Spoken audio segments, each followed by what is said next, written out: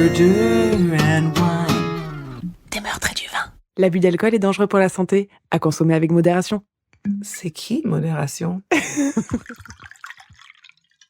Et hello, Bonsoir et Ok. bienvenue à Des meurtres et du vin avec vos deux meilleures amies, Sarah. et Charlotte. Yeah. Je te laisse ce qu'elle va le dire, Ouais, à l'improviste, elle veut quoi? Ah oui, je sais. son prénom. Tout simplement. Jusque-là, ça va. Des fois, je suis très rapide et des fois, non.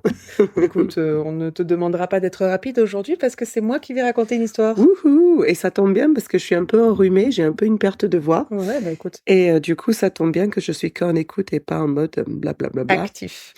Oui, vu la durée de mon histoire. C'est clair. Là, parce qu'on a quand même battu un record, je pense, sur l'histoire de Sarah la semaine dernière. Hein. 1h20, je crois. Hein. Je sais plus, Je mais sais long. plus. Ouais. Il Très était long. long. Très long, mais bien. Moi, je l'ai aimé. On verra, on verra. Et du coup, moi, j'ai pas non plus énormément de sujets de discussion, si ce n'est que il y a encore un nouveau milliardaire, qui va prendre un submersible pour aller voir le Titanic pour montrer que c'est quand même safe. Bah oui, on l'a bien vu la dernière fois. Oui, bien sûr. Donc, c'est Monsieur Larry Conner qui va le mener à lui et une autre personne, je sais pas qui est assez con, pour aller avec lui. Connor. Mais voilà, c'est un investisseur dans l'immobilier et il veut montrer que c'est complètement safe. Mhm. Sauf qu'on vient de démontrer que ça ne l'était pas. Mais c'est pas grave. Qui va Voilà. être assez con? Apparemment des milliardaires, donc comme quoi on peut être milliardaire mais pas intelligent. Ah ouais, bah, écoute, ça me rassure un petit peu. Ah non Le mais 1%, quoi. grave quoi, Eh grave. ben, écoute, bonne chance à eux. Oui, non mais il me tarde de... Mhm.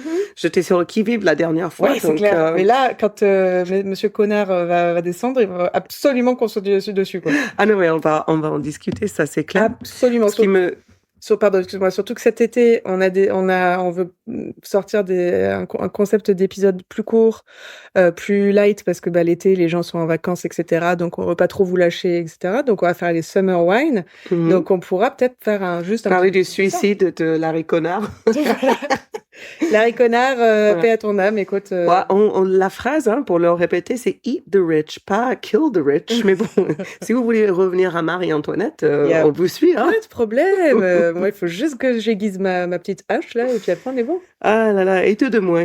Et deux de moi. Ok. Sinon, moi, alors, je suis allée à mon caviste, là, les pensées du vin, et je suis allée le voir. Je lui ai dit, qu'est-ce que vous pensez qui irait bien, qui se marierait bien avec le meurtre d'une jeune fille? Et là, il me What? fait... Il fait, excusez-moi. Excusez-moi, madame. Je fais, non, mais le meurtre est déjà... Non, mais c'est je déjà vous fait. explique. Le Ah meurtre non, est c'est déjà pas pour fait. manger avec. Qu'est-ce qui va bien avec les blondes? Vous savez? Genre, alors, le poisson, je sais que c'est du blanc, Voilà. le bœuf, c'est le Mais rouge. l'humain. Là, avec l'humain. Et l'humain, c'est quoi? Plutôt du rouge, on est d'accord. Donc là, je dis, non, mais le meurtre est déjà fait. Et puis, non, je n'y suis pour rien. Alors là, vous pouvez me croire. Donc, il était un peu genre, oui, pour prendre, moi, je prendrais plutôt le côté positif. T'as le gars qui sait pas quoi répondre. Voilà. Mais du coup, c'était la première fois que j'allais lui demander un vin pour aller avec mon histoire. Donc, je pense qu'au fur et à mesure, il va se roder. Ok. Il va se roder. Et donc là, il m'a proposé un vin, mais c'était assez intéressant. Donc, il m'a proposé un vin qui s'appelle le Lumineuse, parce qu'il me dit, est-ce qu'elle était lumineuse, la victime? Mon Dieu, je ne sais pas quoi penser de cette, Mais il était mal. de cette intro, quoi. Mais moi, j'ai trouvé ça très, très bien. Je sais pas, elle était blonde, donc disons que oui, parce que nous sommes toutes lumineuses. Et après, il m'a raconté l'histoire de ce vin et des propriétaires de ce vin, qui était assez intéressante. Donc, Lumineuse, donc c'est domaine in vinis, code de taux, indication géographique protégée. Donc, c'est un vionnier.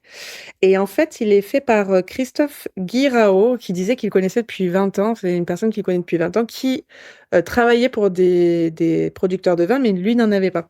D'accord. Et en fait, il a eu un cancer du cerveau qui, bon, un gros coup dans la tête, c'est le cas de le dire. Et il s'en est sorti et il s'est dit, maintenant j'y vais. D'accord. Donc il a fait son vin, il a Lumineuse, il y a que des vins qui ont des titres de la vie ici, enfin des D'accord. choses où voilà, le mec il est Dans grateful. l'instant présent. Dans l'instant présent. Reconnaissant. Voilà. Donc Ok. j'ai dit d'ailleurs qu'on avait bien aimé la Nouba. Ouais, on avait adoré. Et là, d'ailleurs, la bouteille, là, elle est belle, hein. magnifique. Ouais. Magnifique. L'étiquette est superbe. Vous êtes prêts?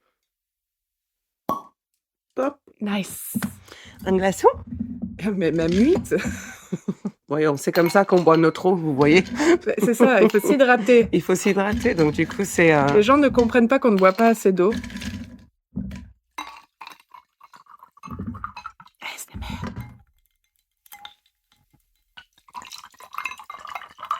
Ouais, et cheers. Cheers. Je le pose là ou tu veux que je le pose là plutôt? Mhm. À côté de toi, parce que toi, tu vas Plutôt. avoir besoin de boire. Mhm. Il est peut-être pas assez frais, donc Oui. on va attendre un tout petit peu. Parce que ouais, les côtes de taux, il faut que ça soit bien frais. Il était pas très frais quand t'es arrivé. Non, il sortait j'avais mis un peu dans mon frigo, mais pas assez. Ouais, pas assez. Mais bon, pour l'instant, je me réserve de juger. Moi aussi. Voilà. Donc, du coup, Du coup, c'est parti. Donc, c'est parti. maman, je t'ai présenté notre vin. Et maintenant, à vous, tous, mon histoire. Alors, le 14 juillet... T'as perdu un truc? Non, Ouais, t'inquiète.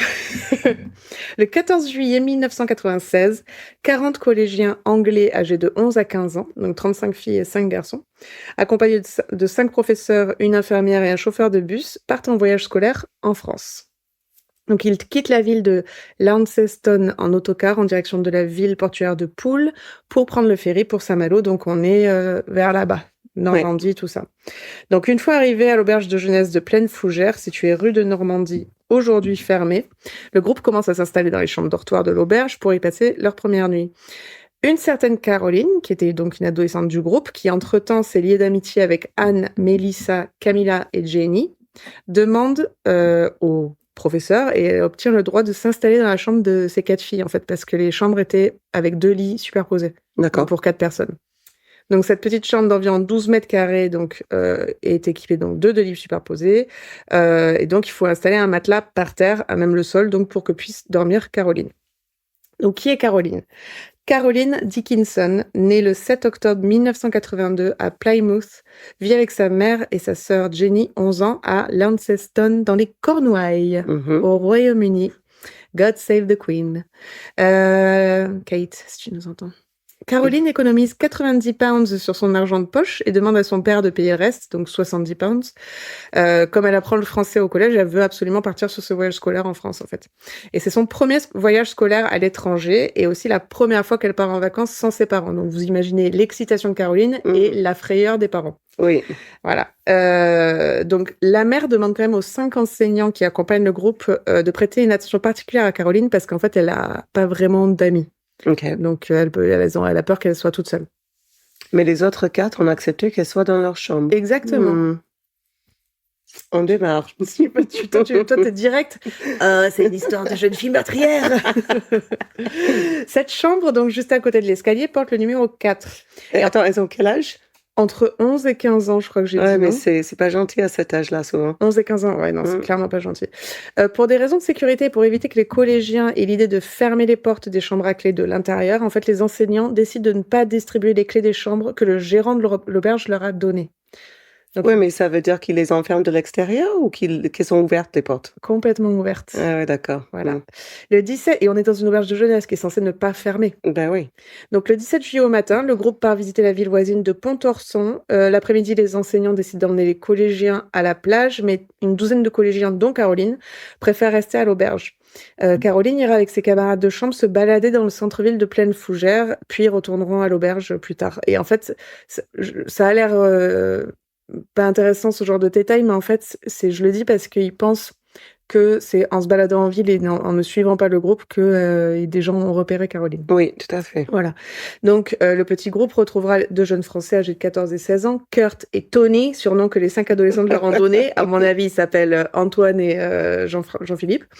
Ces 2 Français étaient arrivés le 15-16 juillet à Plaine Fougère avec leurs parents pour passer des vacances d'été. Pas plus, pas moins.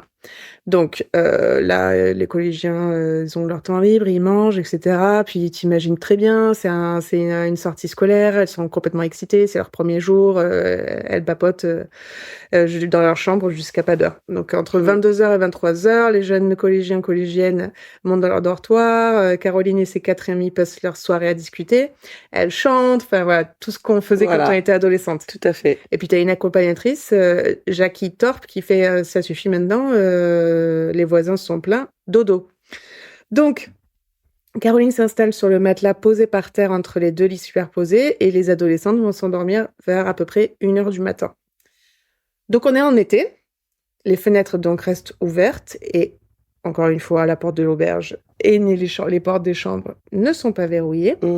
Pendant que les élèves dorment, un homme entre facilement dans l'auberge de jeunesse, monte l'escalier, arrive à l'étage où dorment les 4 collégiennes et un couple de touristes. Il entre dans la chambre numéro 4, agresse sexuellement Caroline Dickinson qui dort sur un matelas posé au sol, donc il la viole et la tue en l'étouffant avec un morceau de coton. Oh my God. Il repart aussitôt comme il est rentré, en toute discrétion. Enfin, en toute discrétion, elle dort parmi 4 autres filles. Et Ça, personne n'entend ni dit rien. non. Les 4 jeunes filles disent bien avoir entendu dans un demi-sommeil un grognement, une respiration haletante, des pleurs, mais Elle devait être tellement en peur qu'elle n'a pas bougé, quoi. Non, en fait, elles savaient que Jenny avait l'habitude de parler la nuit et de faire des cauchemars. Donc elles se sont dit, elle est juste en train de Oui, d'avoir un cauchemar et de un peu couiner, voilà. Donc effectivement, moi, c'est ça qui me choque. Et puis même pour le traumatisme de ces 4 jeunes filles, de se dire que leur amie s'est fait tuer juste à côté d'elle. C'est affreux. Donc, aux alentours de 8h du matin, le jeudi 18 juillet 1996, un enseignant frappe à la porte pour signaler aux collégiennes qu'il est l'heure de se lever et d'aller au petit déjeuner. Anne, Camilla, Jenny et Melissa se lèvent, mais Caroline ne bouge pas. Et elles se rendent vite compte qu'il y a un problème. Donc, elles appellent une enseignante, Elizabeth Barker, qui sera rejointe rapidement par Jackie Thorpe, qui, pensant que Caroline a eu un malaise, la place en PLS, là, en position latérale de sécurité. Et en la déplaçant, elle remarque une tache rouge au niveau de ses hanches. Donc, l'infirmière du groupe soulève la paupière de Caroline et comprend qu'elle est décédée. À 8h30, le médecin du village, le docteur Michel Coignard, pardon, à chaque fois, je fais pas vraiment plus. Arrive à l'auberge et confirme l'assassinat et le viol de la petite Anglaise. Peu après, les gendarmes arrivent sur place et commencent à baliser le lieu du crime et à rassembler tous les occupants au rez-de-chaussée dans la cantine. Un des enseignants, je pense, a voulu protéger le groupe et a dit « Caroline n'est pas bien, elle part à l'hôpital ». La personne qui était de garde cette nuit à l'auberge dit aux gendarmes qu'il manque 2 personnes, un motard et sa compagne qui sont partis tôt le matin. À l'étage, le médecin légiste Dr François Paysan commence son diagnostic post-mortem et là, il confirme que la jeune collégienne a été violée avant de mourir et pas après. Des traces de sperme ont été trouvées sur sa cuisse et sur sa culotte qui lui servait de pyjama. La rigidité cadavérique est totale, le corps est encore tiède et des éléments qui permettent au médecin légiste de situer la mort à une 12aine d'heures grand max. Donc les gendarmes forcément prélèvent un échantillon du sperme pour avoir l'empreinte génétique du coupable. On est en 96 quand même, en France. Donc les enseignants masculins et le chauffeur du bus sont soumis à un prélèvement afin de les comparer plus tard à l'ADN du meurtrier. Et seuls les 5 collégiens anglais qui participent au voyage ne sont pas soumis au test. D'accord. Donc, pourquoi ? Parce qu'ils sont jeunes ? Ils se disent, que c'est des jeunes, ils vont, voilà, pour eux, c'est un adulte qui a fait ça, j'imagine. Donc, pendant ce temps-là, donc, les gendarmes amènent les jeunes filles qui étaient dans la chambre à la mairie afin de commencer les premières auditions. Laura Davenet, une camarade de classe de Caroline, déclare que même si cela n'a rien à voir, elle avait remarqué un homme suspect le mardi 16 juillet dans la cour de l'auberge. Elle était restée dans sa chambre, elle avait une migraine, etc. Et elle l'a observé sans être vue derrière le volet. Et elle dit, on aurait dit qu'il repérait les lieux, il levait nerveusement les yeux, il regardait vers les fenêtres de l'auberge, il était bizarre, voilà. Il lui a donné des hecks. Ouais. Le lendemain, donc le mercredi 17 juillet, Laura recroise en se rendant au cours de tennis de l'établissement l'homme vu la veille qui traîne les pieds dans la cour de l'auberge. Donc une autre Anglaise, Amy White, déclare que vers 1h30, elle va aller aux toilettes. Donc, pour ce, voilà. Mais qu'à peine, 1h30 du matin, pardon. Oui. Mais qu'à peine la porte légèrement ouverte, elle entend un bruit de pas dans le couloir et elle voit un homme devant la porte de la chambre numéro 5. Ah ouais, putain, il ose là, le gars. Ouais, et en plus, elle est allée aux toilettes avec 2 amies, donc elles sont toutes les 3 dans les toilettes et elles sont complètement paniquées, donc elles s'enferment dans les toilettes et elles décident d'attendre quelques minutes avant de ressortir. Finalement, vers 1h45, elles sortent, croisent la même personne qui descend les escaliers. Et Amy se souvient bien de son visage, donc ils font un portrait robot. Et Laura, la collégienne qui avait vu le rôdeur, reconnaît l'homme sur les dessins. D'accord. Jackie Thorpe, qui dormait avec Elizabeth Barker dans la chambre numéro 2, indique aux gendarmes qu'elle a entendu du bruit devant l'auberge vers 4 heures. Elle pensait que c'était des élèves qui faisaient le mur, donc elle décide de monter la garde devant l'escalier, mais rien ne se passe, donc elle retourne dans sa chambre 5 minutes plus tard. À 5 heures, ne dormant toujours pas, elle entend à nouveau des bruits, elle se lève et elle observe depuis sa fenêtre la silhouette d'une personne avec un jean et un blouson, et quelques secondes plus tard, elle entend le bruit d'une voiture qui démarre. Donc, petit à petit, la rumeur d'un meurtre enfle et la commune est, tu te doutes, sous le choc. Bah ouais. Les gendarmes effectuent des enquêtes du voisinage et les journalistes commencent à arriver en masse Forcément, parce que c'est une jolie histoire.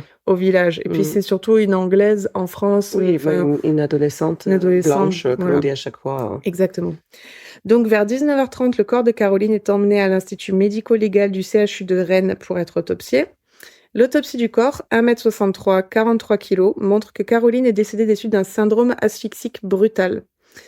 Une ecchymose sur la partie intérieure du cou est visible et ses voies nasales et buccales ont été obstruées, ce qui a provoqué la mort de l'adolescente en 2 minutes maximum. D'accord, donc on a mis quelque chose dans sa bouche et sur son nez. Sur son nez, sur sa bouche. Alors moi, je me dis soit... Après... En fait, il dit que c'était pour éviter qu'elle crie. Donc, effectivement, tu mets un gros coton sur la bouche et sur le nez, ça étouffe les cris. Moi, au début, je pensais que c'était parce qu'il y avait du chloroforme. Ah oui. Mais en fait, ils en ont pas retrouvé. Donc, c'était vraiment juste pour étouffer les bruits. Donc, l'examen de l'estomac de Caroline indique que les aliments ingurgités la veille au soir ont été complètement digérés. Et elle situe sa mort aux alentours de 3h30 du matin. L'autopsie montre également que les blessures et les lésions sexuelles ont été infligées du vivant de Caroline. Et les médecins pensent que le meurtrier s'est masturbé tout en violant Caroline avec un objet ou ses doigts au vu des lésions peu profondes. Et bon, là, on va en Angleterre. Forcément, des policiers annoncent aux parents de Caroline le décès de leur fille en France. Donc, imagine bien le truc. Donc, les parents de Caroline arrivent à Pleine Fougère, sous les caméras des journalistes, parce que là, ils commencent déjà à avoir un gros groupe. Le meurtre de la jeune Anglaise commence à faire la une des journaux. En Angleterre, en fait, il y a des milliers de parents anglais qui ont un fils, une fille quelque part en France en voyage scolaire, et forcément, qui commencent à s'inquiéter, donc t'as la panique de partout. Une triste coïncidence fait que le jour de ses funérailles, ses parents reçoivent des cartes postales qu'elle a envoyées à chacun d'eux. La carte adressée à son père dit « Cher papa, je suis en France, c'est vraiment bien ici, je passe de bons moments. Comment tu vas? Nous avons été dans plein d'endroits sympas, je te raconterai tout ça très bientôt, je t'aime beaucoup et je souhaiterais que tu sois là aussi, Caroline. » Wow. Tu vois, la photo, elle est vraiment gamine, hein? Oui, en plus, petite fille. Les parents disaient qu'elle faisait plus jeune que son âge. Oui, elle fait plus jeune que son âge, oui. Donc, l'affaire est confiée au juge d'instruction de Saint-Malo, Gérard Zog.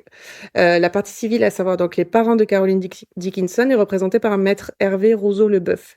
Et 50 gendarmes sont mobilisés pour résoudre cette enquête. Donc, les indices prélevés dans la chambre sont un morceau de coton de 9 cm sur 12 cm, donc c'est quand même pas mal, hein, ayant servi à étouffer Caroline, et des traces de sperme prélevées sur la cuisse de Caroline et sur le pyjama qui était roulé entre ses jambes, permettant de faire une analyse de l'ADN du coupable. Donc, les auditions continuent, l'enquête avance. En Suisse, on va voir deux couples qui dormaient à l'auberge pour leur faire une prise de sang. En Italie aussi, un mec qui était de passage, etc., etc. On essaie de trouver toutes les personnes qui ont dormi à l'auberge, en fait. Finalement, tous les hommes présents dans l'auberge la nuit du crime sont innocentés par les résultats négatifs des tests ADN. Le portrait robot fait par Amy White n'est hélas pas montré au public, mais il restera diffusé en interne des gendarmeries françaises. Et à Pleine Fougère, l'enquête du voisinage permet d'identifier un suspect potentiel. Alors, plusieurs personnes ont vu, peu de temps avant le jour du drame, une personne avec un bandana rouge qui a déambulé dans la ville. Des témoins l'aperçoivent à la pharmacie et à l'épicerie où on le voit acheter une bouteille de rosé et quelques personnes lui donnent des cigarettes. Enfin, ils voient cette même personne qu'ils connaissaient pas. Donc, ce premier suspect, c'est Patrice Padet, un sans domicile fixe avec un casier chargé, dont quelques affaires d'agression sexuelle, Mhm. n'est-ce pas? Et un viol. Donc on tient le suspect idéal. Comme les gendarmes pensent que c'est un routard qui passait par là et qui aurait commis le meurtre, Patrice Padet, coupable idéal. Casier judiciaire chargé, des témoins qu'ils reconnaissent parmi une liste de 64 photos et des explications confuses de la part de Padet. Il en faut pas plus aux gendarmes pour le placer en garde à vue, mais t'en as que pour 48 heures maximum. Oui. Alors, le dimanche 21 juillet, la rumeur qu'une personne est en garde à vue commence à être ébruitée. Donc, en garde à vue, les gendarmes mettent la pression sur Padet.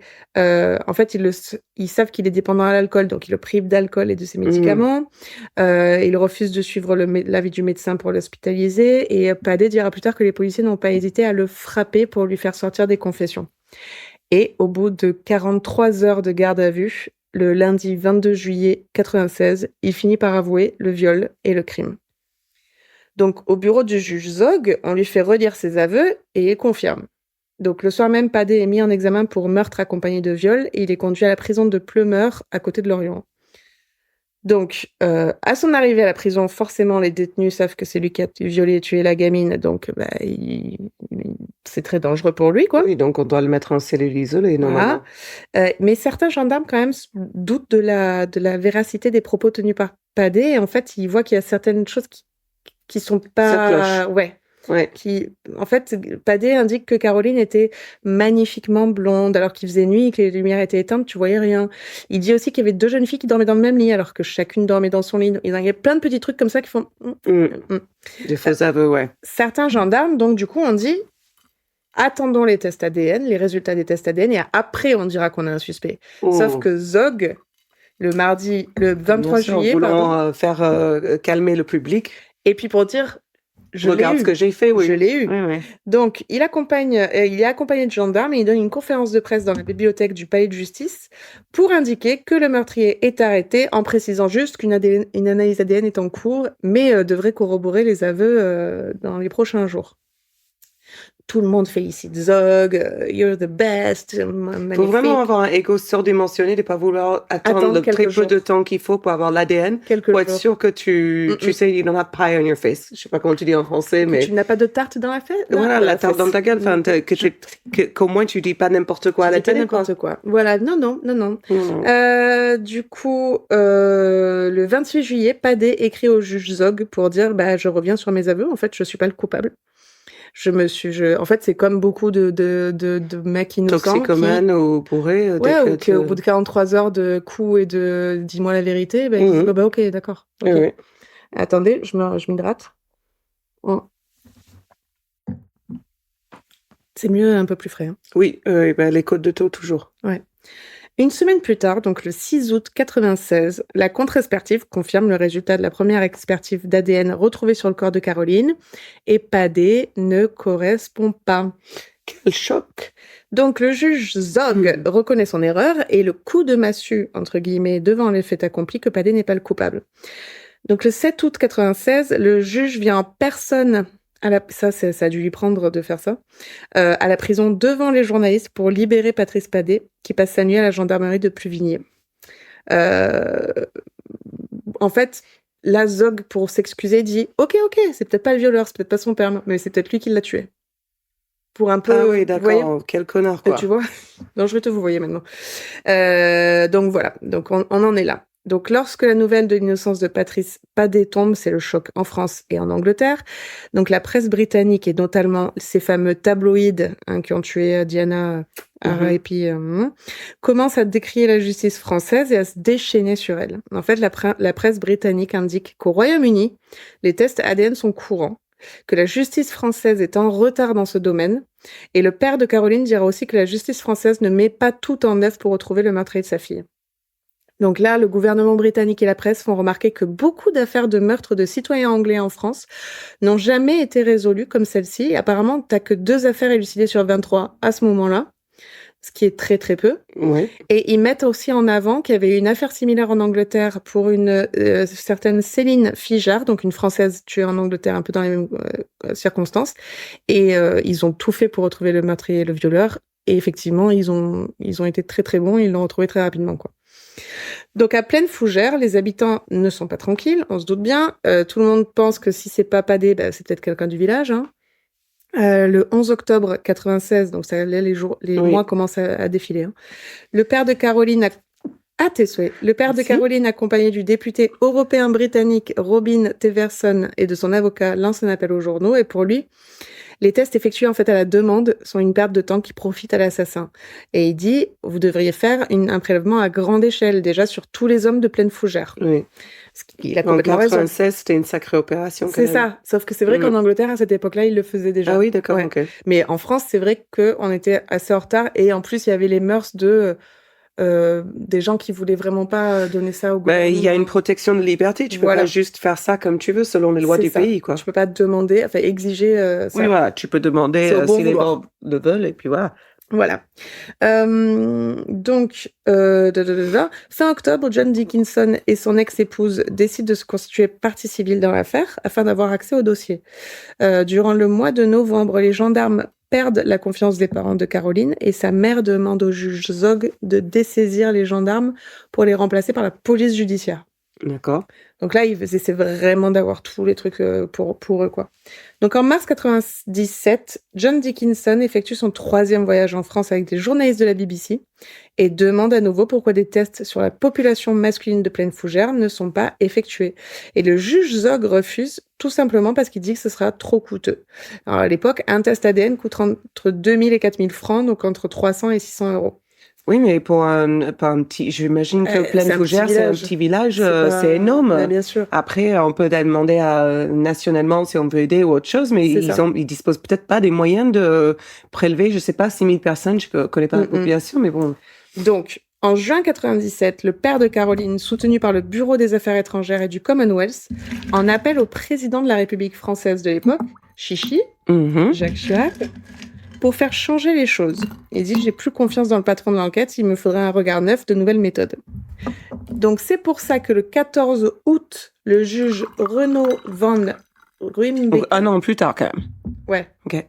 remplace le président de la chambre de la cour d'appel de Rennes et déclare que le crime ayant peut-être été commis par un habitant de Pleine Fougère, un prélèvement d'ADN pour tous les hommes de Pleine Fougère de 15 à 35 ans doit être effectué. Zog... Pourquoi 35, genre de gars peut pas avoir 39 ans? Non, à 36, tu arrêtes de violer. C'est connu. Bah, tu sais, 36, tu commences à être fatigué déjà le soir. Tu... Ouais, c'est Ouh là là, clair. C'est du travail. Voilà. Surtout entre 1 et 4 heures du matin. Hein. Ça, c'est un truc Oh, bah, de t'es jeune, au lit, ça. hein. T'es déjà au lit, faut pas déconner. Donc, Zog refuse, c'est qu'il le dessaisit automatiquement du dossier. Donc, la cour d'appel de Rennes désigne le conseiller Renaud van Ruymbeek pour poursuivre l'instruction. Alors, attendez. Ouais, en fait, là, il y a une autre affaire de viol dans une auberge de jeunesse voisine. Et en fait, Zog avait toujours refusé que cette affaire soit, liée Ben oui. à cette d'accord. affaire-là. Et en fait, comme il est parti, le Van Ruymbeek, il a dit c'est bon, on les joint en fait parce que je pense que c'est la même affaire. Ouais, ok. Donc fin août 97, 260 tests ADN ont été réalisés permettant d'innocenter autant d'hommes. Van Ruymbeek demande aux brigades de gendarmerie de toute la France de lui rapporter des faits similaires d'agression dans des auberges de jeunesse dans les années précédentes. Donc au début des prélèvements d'ADN à Pleine Fougère, ce sont 800 personnes qui sont interrogées. Mhm. 2000 actes de procédure et 280 personnes mises hors de cause définitivement. D'accord. C'est énorme. C'est énorme. Entre le 10 et 12 octobre 97, l'ensemble des jeunes hommes de Pleine Fougère, donc 170 hommes de 15 à 35 ans. Ah, c'est vachement moins, parce que c'est tout petit comme C'est village, tout- mais donc oui. clairement, ils n'avaient pas les moyens. Mais oui, c'est Ouais. tout petit tout. Et là, forcément, parce qu'on est en France, quand même, la Ligue des droits de l'homme et la Fédération anarchiste s'indignent de ce procédé et des tracts sont émis invitant la population à ne pas se rendre au prélèvement d'ADN. Voilà. Après, ça, c'est toi qui choisis.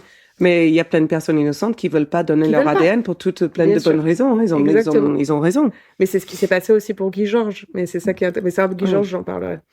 Devant l'intérêt que suscite cette affaire, les laboratoires publics de la police judiciaire offrent leurs services pour réaliser les tests ADN gratuitement. Voilà, c'est ce que j'ai dit. Voilà. Au dernier jour des prélèvements, sur les 170 hommes, 169 se sont prêtés à l'analyse ADN quand même. Fin novembre 97, le juge annonce la deuxième phase des tests, cette fois-ci sur les 268 hommes de 36 à 60 ans. Ah, d'accord. Quand même, On est d'accord. quand même. Là, Ne faisons pas de jaloux. Voilà, exactement. Une semaine plus tard, les résultats tombent. Aucun des 169 hommes de 15 à 35 ans n'est le violeur de Caroline. L'unique personne à ne pas s'être présentée devient suspecte, forcément pour les gendarmes. Ils font une perquisition, dadadidada. Bref, c'est pas lui. Parce que... Non, c'est pas lui. Ah, ok. Juste, ça correspond pas. Entre-temps, les gendarmes sont allés en Angleterre afin de comparer l'ADN du meurtrier à celui des 364 799 Britanniques. Ça C'est pas possible. quand même. We are so professional. Oui, alors c'est soit 364 Britanniques, soit 799, mais ça m'étonnerait que ce soit 364 799 Britanniques qui sont répertoriés dans le fichier des délinquants sexuels du Royaume-Uni. Ah bah si. Ah oui, c'est peut-être ça. possible. Ah oui, parce qu'ils À mon ont avis- déjà leur ADN sur fichier. Ouais, à mon avis, il n'y a pas ok. que 300 délinquants sexuels en Angleterre. Non, à mon avis, il y en a Donc, c'est ça. quelques-unes de plus. Ouais. Voilà. Ok. Donc le juge ordonne ensuite que 3500 personnes, voleurs ou violeurs, je sais pas ce qu'ils vous viennent foutre les voleurs Ah ouais, ici. merde. Là, toi, t'es dégoûté, tu sais, t'as juste volé un poste télé chez Mais une c'est vieille. clair. Et tu te maintenant, retrouves t'es violeur. chez Interpol, quoi. Genre, oh putain, ça valait pas le coup, elle est tombée en panne 2 mois plus tard. Franchement, quoi. Donc, au-delà de la Bretagne, soit contrôlé sans résultat, là aussi. Donc, imagine le bordel que c'est. Ouais. En décembre 97, donc 1 an et demi plus tard, le laboratoire de l'Institut du textile de Villeneuve-d'Ascq, dans le Nord, confirme que le morceau de coton qui a servi... Ils ont mis 1 an et demi pour faire ça. Pour retrouver un morceau de coton? Non, pour savoir que ça a servi comme arme du crime, c'est un coton hydrophile, dont certains composants ne se trouvent qu'en Angleterre. Ils ont mis 1 an et demi pour savoir ça. Bah, moi, je trouve ça plutôt rapide. Moi, j'aurais vu un morceau vrai de coton. J'aurais pas forcément pensé que c'était hyper rare. C'est un morceau de coton, quoi. Mais non, parce que toi, tu fais pas partie de la police scientifique. genre. Non, je ne fais pas partie oui. du CSI, non. Ah là là, j'ai encore avancé dans Law and Order. C'est génial. D'ailleurs, dans Law and Order, parce que j'ai envoyé un message à Sarah la dernière fois, ils estiment que tu es alcoolique à partir de 5 à 6 cocktails. Alors voilà, nous, on est, Voilà. on est plus, Allez, plus. sur ce- Cheers. À toi, Marissa Arguin. Ouais. C'était quand même énorme, les mimes. On le mettra sur la page, je pense, parce que qu'elle a pas Ah franchi. C'était une scène où Marissa visiblement annonce un suspect potentiel. Non, une victime. Une Une femme de victime. victime. Et qu'est-ce qu'il dit? Comment vous avez fait pour... Non, elle dit, mais comment...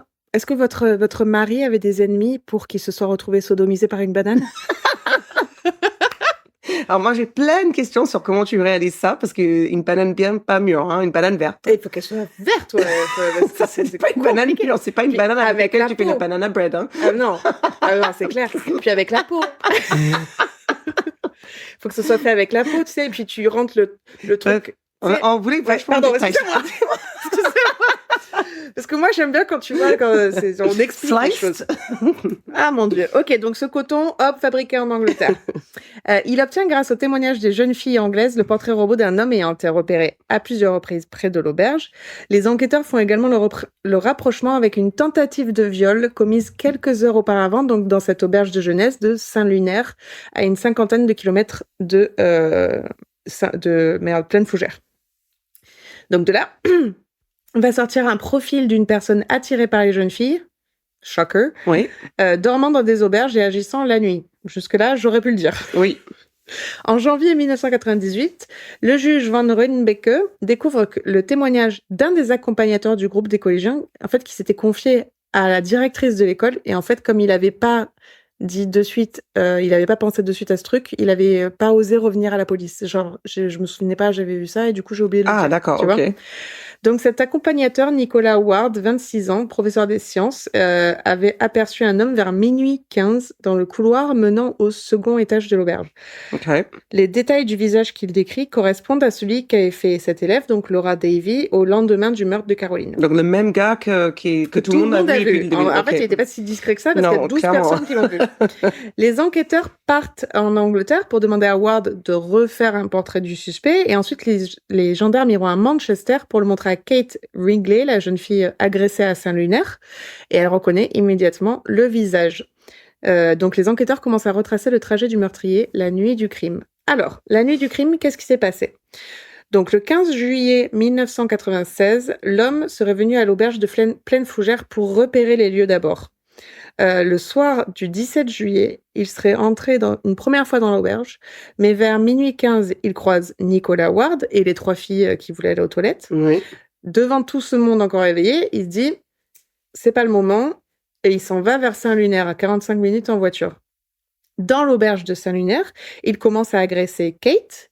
Il est découvert et il part aussitôt pour retourner à Pleine Fougère. Donc, t'imagines quand même, il vient d'agresser sexuellement une jeune fille, mais il peut pas s'arrêter. Il est thirsty, quoi. Voilà, vers 4 heures du matin, l'auberge de Pleine Fougère est cette fois endormie.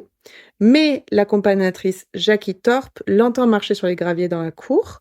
Et ensuite, les enquêteurs pensent qu'en entrant dans l'auberge, il aurait croisé Caroline qui sortait des toilettes parce que durant l'autopsie, en fait, la vessie de Caroline était vide.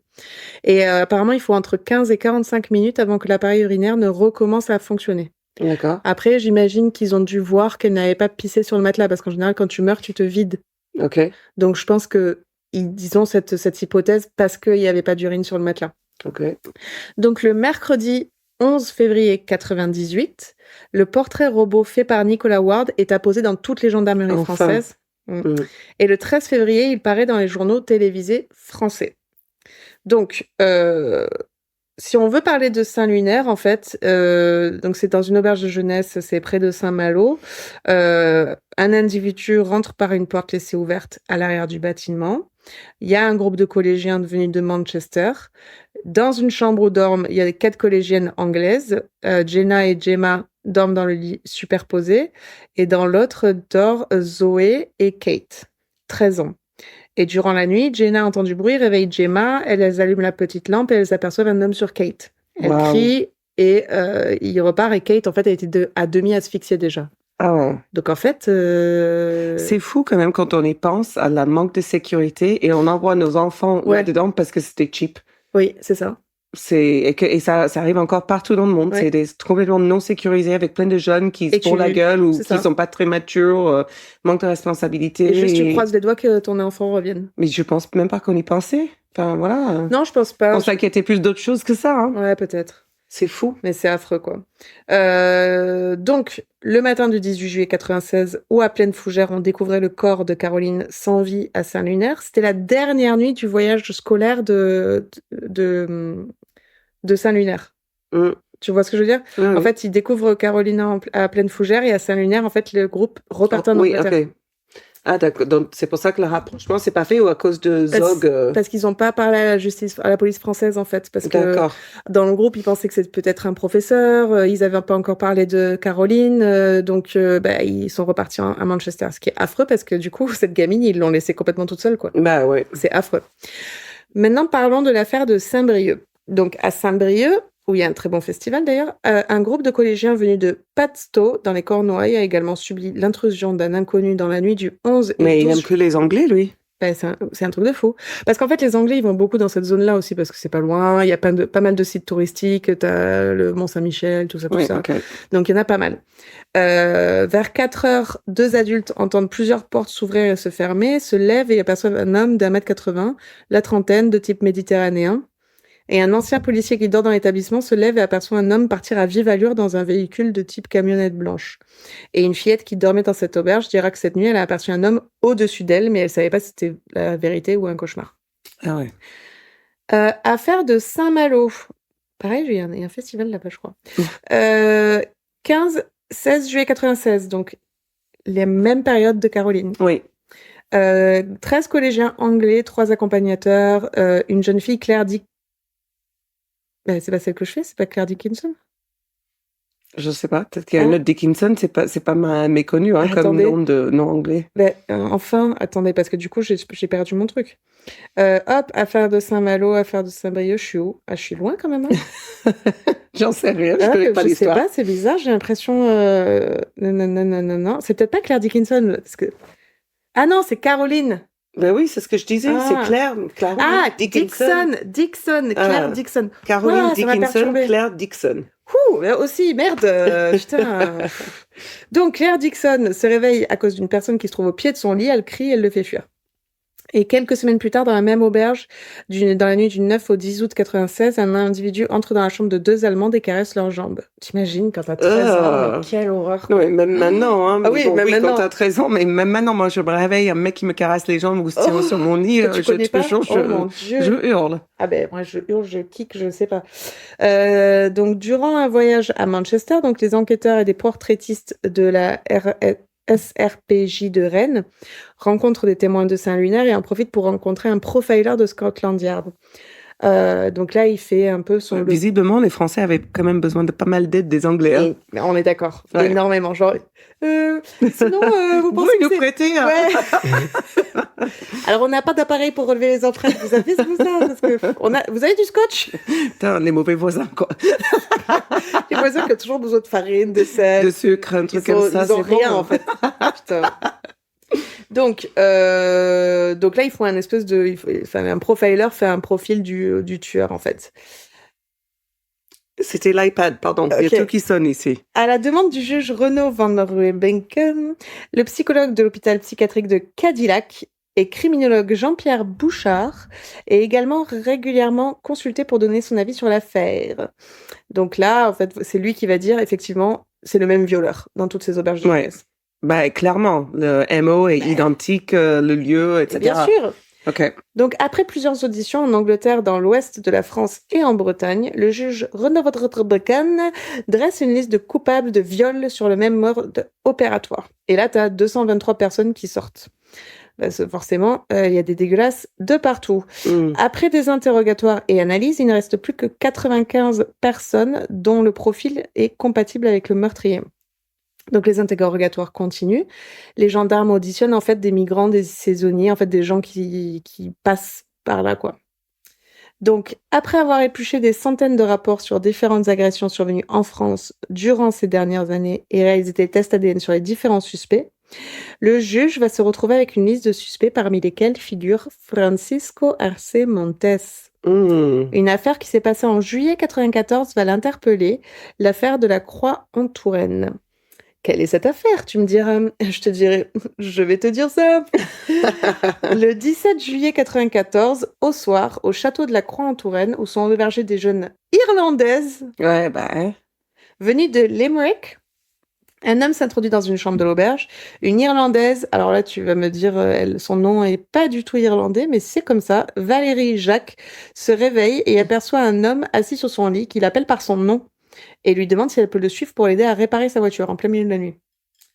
Attends, tu réveilles une gamine de adolescente. 13 ans pour avoir besoin d'aide mécanique. Pour changer C'est l'huile. très logique. Ouais, bien sûr. Et là, elle demande plusieurs fois qui c'est, elle allume la lumière, finalement il se lève et quitte l'auberge. Le lendemain, alors qu'elle fait un pique-nique avec son groupe près de la gare de Tours, elle aperçoit l'homme qui était venu dans sa chambre et il passe près d'elle en souriant.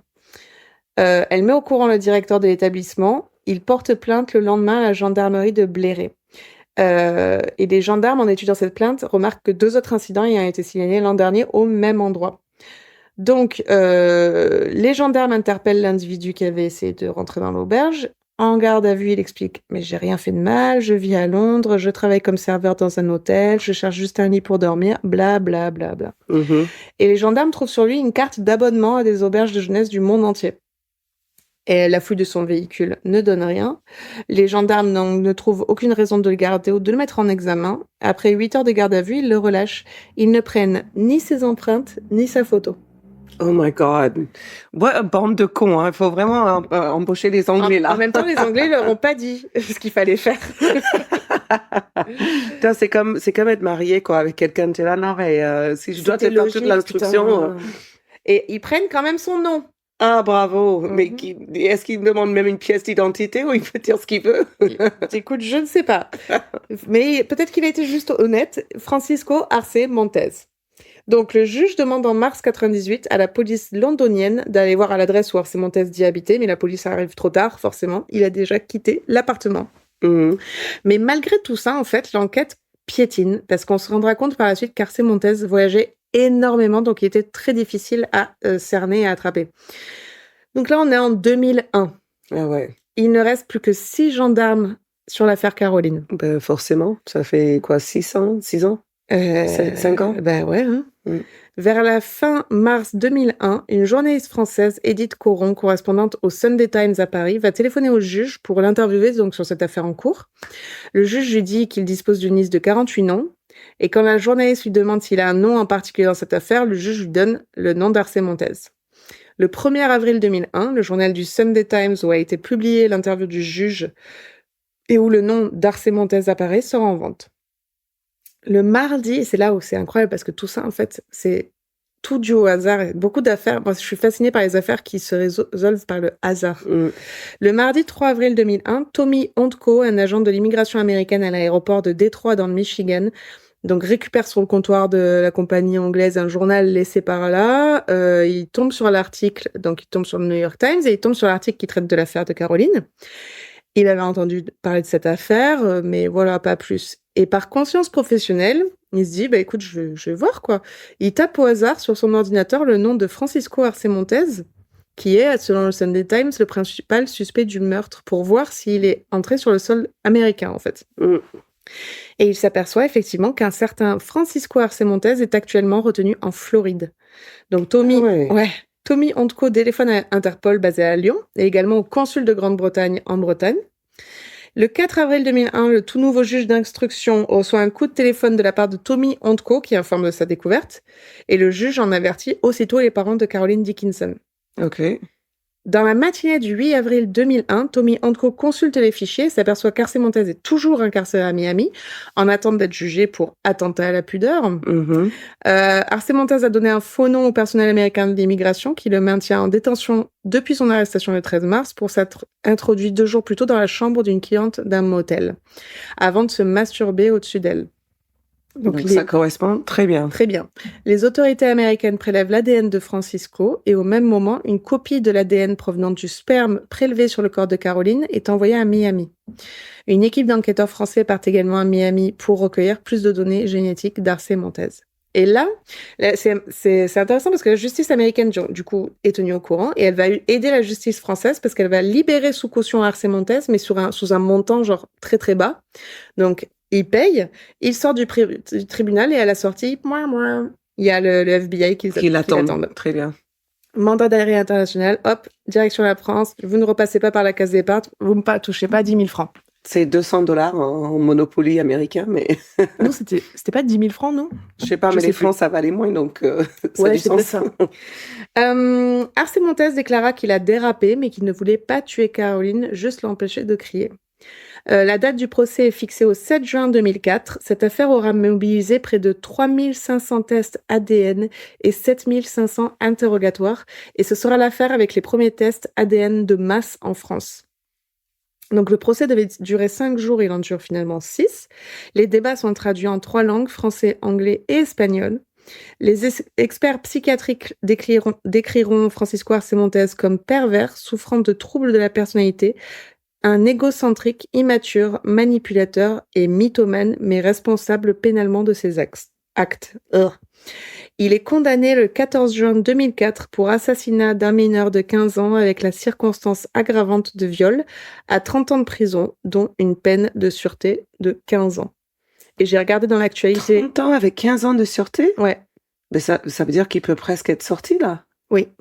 J'ai regardé, en fait, il a demandé à être extradé, je crois, en Espagne. Ça, je crois que ça a été refusé. Ok, waouh. Mais il est toujours en vie, il est toujours en prison. Waouh. Voilà. Ouais. C'est une petite peine, hein, comme c'est fou, hein, dans les histoires qu'on lit selon les peines. Je comprends vraiment pas comment il est censé avoir une règle. Quand même, mais il n'y a pas un truc comme quoi, nous, en France, 30 ans, c'est le maximum qu'on peut pas faire prison à vie? Si, en France, tu peux faire prison à vie. Hein. C'est vrai, je sais plus. Non, il y a des pays, je sais que la Norvège, ils ont genre un truc comme 21 ans. Ouais, t'as des maximums. Des ans comme ça, mais en France, je pense qu'il n'y a pas de maximum. C'est vrai sauf erreur. Mais bon, il n'y a juste plus la peine de mort. Mais depuis pas si longtemps. Hein. Non, depuis pas si longtemps. C'était quoi, 89, un truc comme ça? Ouais, une connerie comme ça. Hein. Ouais. C'était il y a pas si longtemps. Et d'ailleurs, la guillotine était encore possible jusqu'en 89, quoi. Mais oui. Apparemment, c'était pas... apparemment, ça passait vite. Hein. Si elle est bien c'est gore comme idée, mais c'est peut-être plus rapide que d'autres moyens. Après, c'est pas si gore. Hein. Ils mettaient un petit panier en osier. Hein. La tête, elle tombait dedans. Et hop là, ni vu. Mais encore en 89, c'était le panier en osier. Ou ce que tu veux, en métal. Fait par les villageois locaux. Exactement. Fait par les... D'ailleurs, quand ils ont interdit la guillotine, il y a un marché qui a plongé. Les On paniers a en perdu osier. plein Ouais. d'emplois C'est pour françaises. ça que grâce à Jane Birkin, on a remis le panier en osier au goût du jour. Et c'est pour Merci, ça que moi, Jane. l'été, je me balade que avec mon panier en osier. C'est par respect pour Voilà. la guillotine, pour Exactement. ma culture. Mais pour l'emploi, quoi, parce que bon, quand Ah même. oui. Mais écoute. Et à Paris, tu peux voir encore les bases de la dernière guillotine. Ah oui, c'est vrai. Ouais. Ah, je savais Tu vois pas. juste les carrés qui montrent là où est Sympa. les 4 coins de la guillotine. Sympa. C'était notre époque. Eh oui. Écoute, je connaissais absolument pas, mais comme Et moi non d'habitude, plus.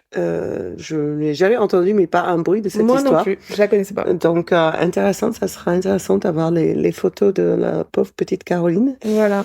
Et peut-être quelques-unes que j'ai prises toi pendant que tu racontais ton C'est vrai histoire. Non, c'était trop joli. Du coup, j'ai pris une vidéo et quelques photos. On verra si Charlotte, elle est plutôt difficile avec elle-même et ce qu'elle met sur les sociaux. Donc, Sûrement. on verra. Non. On verra. Voilà. Mais écoute, on est pas mal parti dans notre histoire de une par semaine. Mhm. Et on verra. On attend vos histoires d'été. Ah oui, moi il me tarde d'en avoir pas mal là. Ou une histoire à la con, ou n'importe Ouh. quoi. Ou vous nous posez des questions, des choses que vous voulez savoir, enfin voilà, posez toutes les questions que vous voulez. On reste tranquille quand même. Voilà. Mais voilà, ça peut être pas mal sur cette. On essaie pour préparer pour juillet, août les mini-sodes, Voilà. puisque vous, comme nous sommes en vacances. Ah oui. Et donc, voilà. Donc, sur ce, on a eu un nouvel avis, merci. Oui, merci pour le nouvel avis et sur Apple Podcast. Et merci à tous nos nouveaux followers. On vous Ouais, aime on a énormément, c'est cool. énormément. Et il y a de plus en plus d'écoutes et je suis la plus heureuse du monde. Voilà, Ouais, c'est c'est ce que j'ai chouette. dit. Allez, sur ce, bonne soirée. À la Bisous. semaine prochaine. Ciao. Bye. Si t'aimais ça, like and subscribe.